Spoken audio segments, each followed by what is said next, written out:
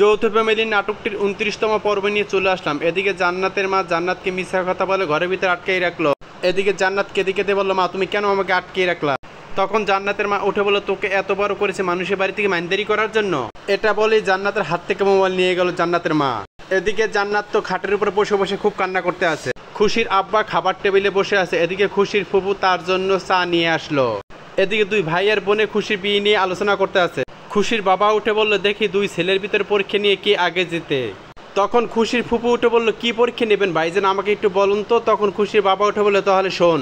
এদিকে খুশি তার ফুফতো বোনকে মোবাইলে ছবি তুলে দিচ্ছে এবং দুই বোনে হাসাহাসি করতে আছে দেখতে আছে।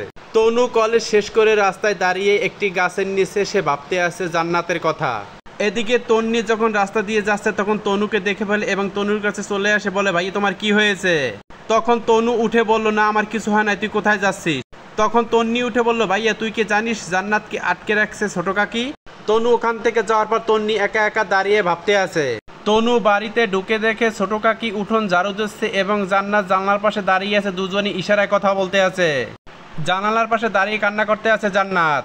এদিকে তনু উঠানে দাঁড়ানো এবং জান্নাত আছে জানালার পাশে, দুজনে ইশারায় কথা বলতেছে। এদিকে তনুর মা চলে আসে। তারপরে তনু ঘরে ঢুকে জামা কাপড় চেঞ্জ করে মন খারাপ করে ঘর থেকে বের হলো।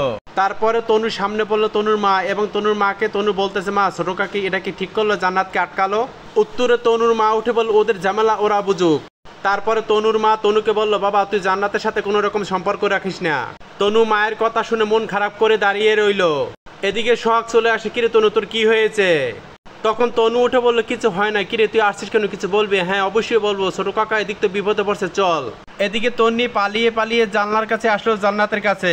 জান্নাত কেঁদে কেঁদে তন্নির কাছে সবকিছু খুলে বলল তার মা তাকে কেন আটকালো এবং জান্নাত তার কাছে মোবাইল চাইলো। তারপরে তন্নি তার মোবাইলটা এনে জান্নাতের হাতে দেওয়াতে জান্নাতের মা চলে আসে। এদিকে জহির কাকার জন্য দাঁড়িয়ে অপেক্ষা করতে আছে সোহাগ আর তনু। তখন সোহাগ উঠে বলল, কাকা এতক্ষণে আপনার আসার সময় হলো, আপনি এত ঢিলে কেন? তখন জহির কাকা উঠে বলল, সোহাগ ও তনুকে, বাবা আমাকে আঙ্গুরি হাত থেকে বাঁচা, ইন্টারনেটে ছেড়ে দিলে আমার সবকিছু শেষ। এ কথা বলতে না বলতেই অজ্ঞান হয়ে পড়লো। তখন তনু উঠে বলল, সোহাগ কাকাকে ধর, আমি পানি নিয়ে আসছি।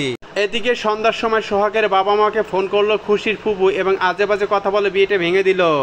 খুশির ফুবু সোহাগের বাবা মার সাথে কথা শেষ হওয়ার সাথে সাথে আবার সন্ধ্যার সময় ফোন করলো তনুর বাবা মাকে এবং সেখানেও তাদের সাথে কথা বলে বিয়েটা ভেঙে দিল। এদিকে জান্নাত রাতে শুয়ে একা একা কান্না করতে আছে। এরপরে জান্নাতের বাবা মা আসে জান্নাতের কাছে এবং জান্নাতের কথা সব শুনে জান্নাতের বাবা স্বীকার করে তাকে ভাত খাওয়ার জন্য রাজি করে গেল এবং জান্নাতও মনের আনন্দে ভাত খাবার জন্য রাজি হয়ে গেল। এদিকে সোহাগ তনু এবং সোহাগের বন্ধু বান্ধব মিলে কিভাবে চাচাকে বাঁচানো যায় সেই আলোচনা করতে আছে।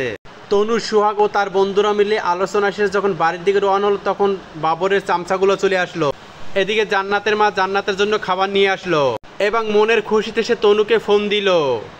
এদিকে তনুর মা ও বাবা রাতে শুয়ে পড়লো এবং তনুর বাবার কাছ থেকে উঠে তনুর মা যাচ্ছে জান্নাতের কাছে। তনুর মা অনেক রাতে ঘর থেকে নেমে দাঁড়ালো জান্নাতের বাসার কাছে উঠানে। এরপরে চলে আসে ছোট বউ মানে জান্নাতের মা চলে আসলো। এখানেই 29তম পর্বটি শেষ। 30তম পর্বটি দেখার জন্য সকলের অনুরোধ রইল।